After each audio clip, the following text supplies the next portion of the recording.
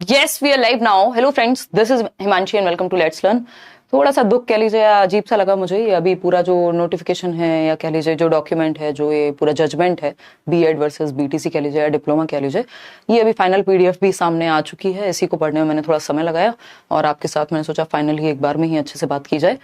और इस बात को लेकर आप ऑलरेडी काफी परेशान हैं कि जो केंद्रीय विद्यालय के रिजल्ट से लेकर के और यूपी की वैकेंसीज से लेकर के और राजस्थान में तो ये चीज शुरू हुई और फिर अभी बीपीएससी का भी एग्जाम है। तो सुप्रीम कोर्ट ने फाइनली एक फैसला दिया है जिसमें बात ये हुई है कि बीएड वालों को प्राइमरी में नहीं रखा जाए और क्योंकि ये सही नहीं होगा आरटीई के हिसाब से, है ना। इन्होंने पूरी कहानियां जो है यहाँ लिखी हुई है। ये जो फाइनली ये जो डॉक्यूमेंट है 46 पेज का ये आ गया, अपलोड भी शायद कल तक हो ही जाएगा और मेरे ख्याल में एकदम परफेक्ट है। मतलब परफेक्ट बोले तो फैसला परफेक्ट नहीं, बट ये जो डॉक्यूमेंट है ये एकदम रियल है।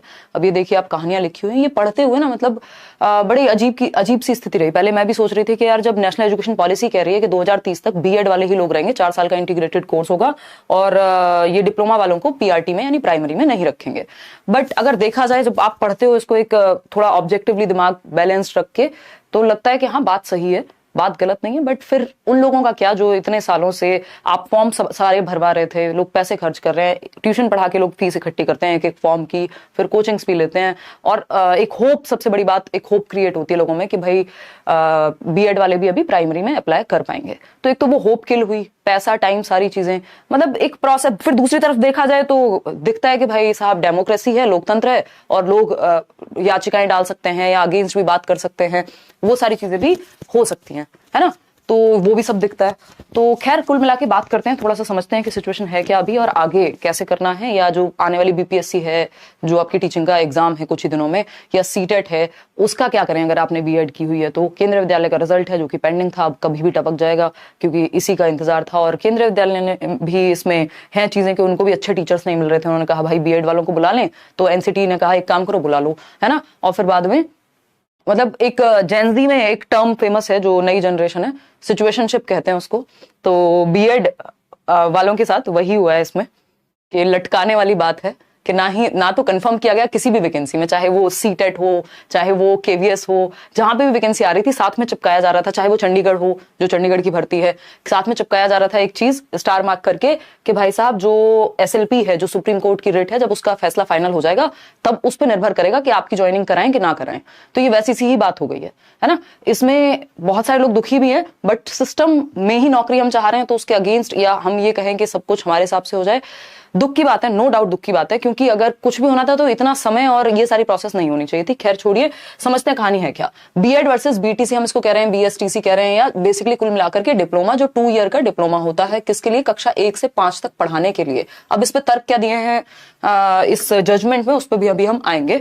तो अगर हम बात करें तो अभी 2018 में एनसीटी जो national council for teacher education है वो कहता है कि एक गजट निकालता है, उसमें कहता है कि बीएड वालों को भी प्राइमरी में एलिजिबल कर दीजिए 6 महीने का ब्रिज कोर्स कराने के बाद। 6 महीने का ब्रिज कोर्स कहीं होता नहीं है। अब इन्होंने फाइनल जो ये एक जजमेंट निकल के आया है उसी बात को उल्टा वितर्क में दिया है कि अगर ब्रिज कोर्स कराना पड़ रहा है 6 महीने का, इसका मतलब बीएड अपने आप में सफिशिएंट नहीं है प्राइमरी लेवल पे पढ़ाने के लिए, उनको उस तरह से ट्रेनिंग नहीं मिलती। तो एक बात तो ये गड़बड़ हो गई।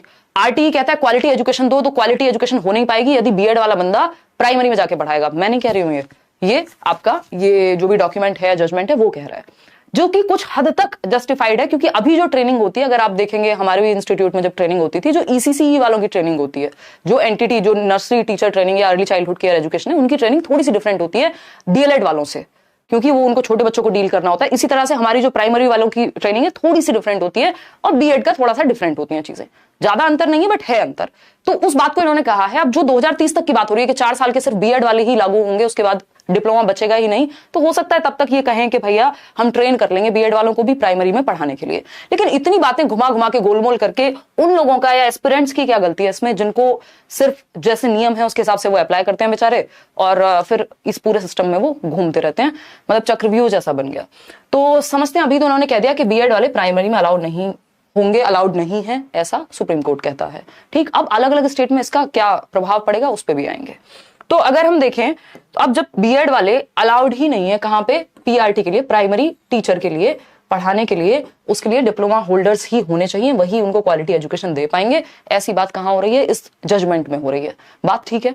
अगर हम देखें तो केंद्रीय विद्यालय का जो रिजल्ट, अब यहां पे ना एक बात सुप्रीम कोर्ट की हो गई पूरे देश में, जैसे गजट में एनसीटी ने निकाला था, फिर अलग अलग स्टेट ने उस चीज को माना, फॉर्म्स भरवाए बीएड वालों से। अब अलग अलग संस्था अपने लेवल पे डॉक्यूमेंट निकालेगी या अपने नोटिफिकेशन को नोटिफाई करेगी कि भाई हम क्या क्या करने वाले हैं।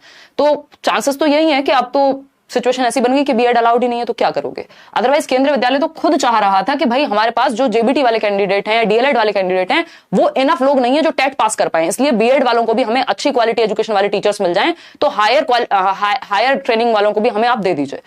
ये बात एनसीटी को केवीएस ने कही थी और उन्होंने कहा हाँ ठीक है कर लेते हैं ऐसा। फिर बाद में अभी तबाही ही मच गई। तो अगर हम देखें तो केवीएस का रिजल्ट जो है आपका पीआरटी का वो जल्दी ही आ जाएगा, और ऑफ कोर्स मेरिट जो है, क्योंकि अब बीएड वालों को नहीं ये लोग लेंगे मोस्ट प्रोबेबली, क्या पक्का ही है ये, बस केंद्रीय विद्यालय या जो बीपीएससी है या सीटेट है अलग से एक एक नोटिफिकेशन और निकाल दें, क्योंकि ये इंप्लीमेंट होगा अलग अलग लेवल पे। अभी सुप्रीम कोर्ट ने कह दिया, फिर अलग अलग स्टेट की गवर्नमेंट या एजुकेशन के डिपार्टमेंट जो भी आपकी अथॉरिटीज हैं, चाहे केंद्रीय विद्यालय हो, ये संस्थाएं हैं, DSSB हो, वो सब अपना अलग अलग एक नोटिफिकेशन निकालेंगे, तो उसमें थोड़ा बहुत फेरबदल हो सकता है। अदरवाइज ये फैसला तो फाइनल है कि भाई बीएड वाला नहीं जाएगा प्राइमरी के लिए, अब इसको इंप्लीमेंट होकर के बस आपको पढ़ना बाकी रह गया है, ठीक है ना। तो इसका रिजल्ट जल्दी देखने को मिलेगा। दूसरा, इससे मेरिट कम होगी ऑफ कोर्स। अदर स्टेट्स की अगर हम बात करें तो इसमें जो आपका बीपीएससी का एग्जाम है, अभी उस पे कुछ भी जब तक बीपीएससी खुद से ना कहे तब तक आपको अपनी तैयारी करते रहना है ना। सीटेट की बात रही अगर, तो लेवल 1 जिन्होंने भर दिया, ये फैसले हैं, कल को कोई और रेट डालेगा, कुछ और होगा, अगर बाई चांस कुछ भी बदलाव होता है तो आपने अगर फॉर्म भर दिया, पैसे दे दिए, तो अपना पेपर दे आओ जाकर के, ठीक है ना। तो सीटेट के केस में भी आगे से मत भरना, अगर सिचुएशन ऐसी रहती है तो पेपर 1 के लिए बीएड वाले नहीं भरेंगे फिर, ठीक है ना। तो ये एक बेसिक सी बात हो गई। इसके अलावा अगर हम बात करें तो नाउ व्हाट, थोड़ा सा दुखी हुई है, क्योंकि दुखी होने की बात है, एक होप तो क्रैश हुई ही है अगर देखा जाए तो। जिन लोगों की होप बनी थी, जो एक आशा बनी थी कि भाई हम भी, अभी यहाँ पे वैकेंसी वैसी लिमिटेड आती हैं, अब एटलीस्ट बीएड वालों को ये रहता था चलो कहीं भी निकलेंगी प्राइमरी में। मैं किसी के भी साइड नहीं हूँ, क्योंकि आप ही लोग हैं जो सीखने वाले लोग हैं, आप ही का नुकसान है, मुझे तो फॉर्म भरना नहीं है। तो इसमें दुख इस बात का है क्योंकि आप लोग साथ में जुड़े हुए हैं, एक वो एम्पैथी क्रिएट हो जाती है, एक रिलेशनशिप है हम लोग का, सिचुएशनशिप इन्होंने बना दिया है। खैर मजाक कर रही हूँ। आते हैं, समझते हैं अभी कहानी क्या है। देखिए कुछ बातें पढ़ लेते हैं इसमें। इन्होंने कहा है HRM also pointed out the need for better equipped teachers, ठीक है, ये सब हो गया, ये सब हायर क्वालिफिकेशन वालों को हम ले आए, और ये सब। पेज नंबर 35 पे चलते हैं, जहां इन्होंने कुछ कहानियां जो हैं कही हुई हैं कि क्यों क्यों। अच्छा, एक और चीज इसमें अगर हम बात करें, ये कहीं भी पूरे डॉक्यूमेंट में रेट्रोस्पेक्ट नहीं लिखा है ना, जो मैंने पढ़ा है अभी तक मोटे मोटे तौर पे, थोड़ी देर पहले ही आया है, रेट्रोस्पेक्ट कहीं नहीं लिखा है, जो कि जब आपका सीटेट इन्होंने लाइफ टाइम किया था तो कहा था 2011 से, और जिंदगी भर में, मतलब 2011 से आपने कभी भी सीटेट क्वालिफाई किया हो, 13 में, 11 में, 20 में, तो जब से भी आपने कभी भी सीटेट अगर क्वालिफाई किया है तो ये रेट्रोस्पेक्ट में लागू हुआ था। रेट्रोस्पेक्ट होता है कि प्रीवियसली, आज तक कभी भी। तो ऐसा कहीं नहीं लिखा है इसमें कि जिनकी नौकरी लग गई है इस नियम के तहत कि बीएड में अप्लाई कर सकते थे और ज्वाइन कर लिया कहीं, तो उनको हटाया जाएगा। देश में कहा भी जाता है कि सरकारी नौकरी इतना लगना मुश्किल है, उससे ज्यादा हटना मुश्किल है, एक कहावत चलती है।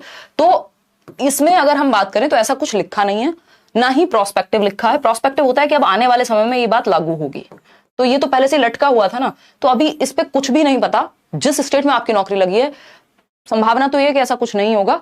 अगर कुछ भी होता है तो वो स्टेट ही इंटीमेट करेगा आपको। स्पेशली पूरे डॉक्यूमेंट में कहीं नहीं लिखा कि ये बात पहले से लागू होगी रेट्रोस्पेक्ट में या अब से लागू हो रही है प्रोस्पेक्टिव में। तो लेट्स सी कि ये अलग अलग एजेंसीज, ये अलग अलग जो संस्थाएं हैं, अलग अलग स्टेट गवर्नमेंट है एजुकेशन को लेकर के, या डिपार्टमेंट्स हैं, वो कैसे नोटिफिकेशन लेआउट करते हैं। थोड़े समय तक परेशानी रहेगी इस चीज की वजह से, क्योंकि कुछ चीजों को क्लियर होने में अलग अलग स्टेट के हिसाब से टाइम लगेगा, लेकिन आप मोटे मोटे तौर पे मान सकते हैं कि बीएड वाले प्राइमरी में एलिजिबल नहीं है। गवर्नमेंट जॉब्स के साथ ये है कि आपको जब मौका लगे अपना बेस्ट देके नौकरी ले लीजिए, अदरवाइज पता नहीं है चीजें कब कैसे बदल जाएं, है ना, और क्या परिवर्तन कब आ जाए। दुख की बात है, मैं बिल्कुल, मेरी जो मतलब मुझे काफी बुरा लगा जब मैं ये डॉक्यूमेंट पढ़ रही थी, तो क्योंकि तर्क अगर आप दोनों तरफ से देखोगे तो उन्होंने सही दिए हैं, लेकिन ये तर्क आज क्यों आ रहे हैं? इसके बेसिस पे फॉर्म मत भरवाते यार, हैं? कितने लोगों ने अपना टाइम, मनी, होप सब कुछ लगाया। खैर छोड़िए, इंटरव्यू तक दिलवा लिया और अभी जो है रिजल्ट अटक गया।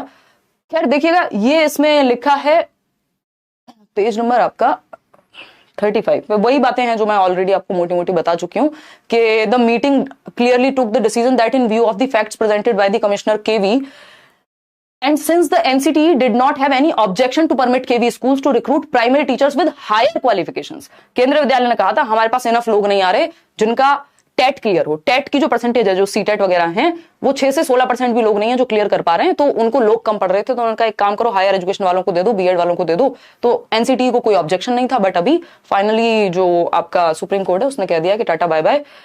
ठीक, इसके अलावा अगर हम बात करें, ये सब बातें हम कर चुके हैं, अब कोई फायदा नहीं है ये सब पढ़ने का, मेरे को और आपको कोई लॉयर तो बनना नहीं है, बट हाँ इस चीज पे भी अब होंगी चीजें, फिर से रिट और ये सब चीजें बनेंगी, बट बहुत ही कम चांसेस हैं अब कि इस चीज पे दोबारा से कुछ हो पाए, क्योंकि इन्होंने प्रॉपरली कहानियां दे दे के बता दिया है कि अपने घर बैठो, है ना। देखो ये लिखा हुआ है, when diploma in elementary education DElEd was placed as an essential qualification for teachers in primary school, it was with a purpose and the purpose was to declare only such teachers as qualified who are trained to impart education to children at primary level. Basically ये कह रहे हैं कि 6 से 14 वर्ष के बच्चे को जो क्वालिटी एजुकेशन चाहिए वो सिर्फ डीएलएड वाले दे पाएंगे, क्योंकि वही उसके लिए ट्रेंड है। और जो ब्रिज कोर्स की बात हो रही थी, वो ब्रिज कोर्स देश भर में अभी तक कहीं देखने को मिल नहीं रहा। और ब्रिज कोर्स क्यों करा रहे हैं? अगर बीएड अपने आप में सफिशिएंट है तो ब्रिज कोर्स अलग से क्यों कराना पड़ रहा है? अलग से अगर ब्रिज कोर्स की नीड है, इसका मतलब बीएड अपने आप में सफिशिएंट नहीं है प्राइमरी लेवल पे पढ़ाने के लिए। ये इनका तर्क है जो इन्होंने दिया है। यही सब बातें आगे की हुई है, ये मैं शेयर भी कर दूंगी टेलीग्राम पे, अभी कल फाइनल वेबसाइट पे भी दिख जाएगा। अभी तक मुझे फाइनल वेबसाइट पे, मतलब ऑफिशियल वेबसाइट पे मिला नहीं, बट ये बात एकदम सही है इसमें, और जो फैसला है वो तो आया ही है, इसलिए मैं आपके साथ की बात शेयर कर रही हूँ। तो राइट टू एजुकेशन एक्ट के खिलाफ चले जाएंगे हम, क्वालिटी कॉम्प्रोमाइज हो जाएगी टीचर्स की अगर हमने बीएड वालों को यहाँ पे क्या कर दिया, एलिजिबल कर दिया लेवल 1 के लिए। तो ये कहानी है जो चल रही है।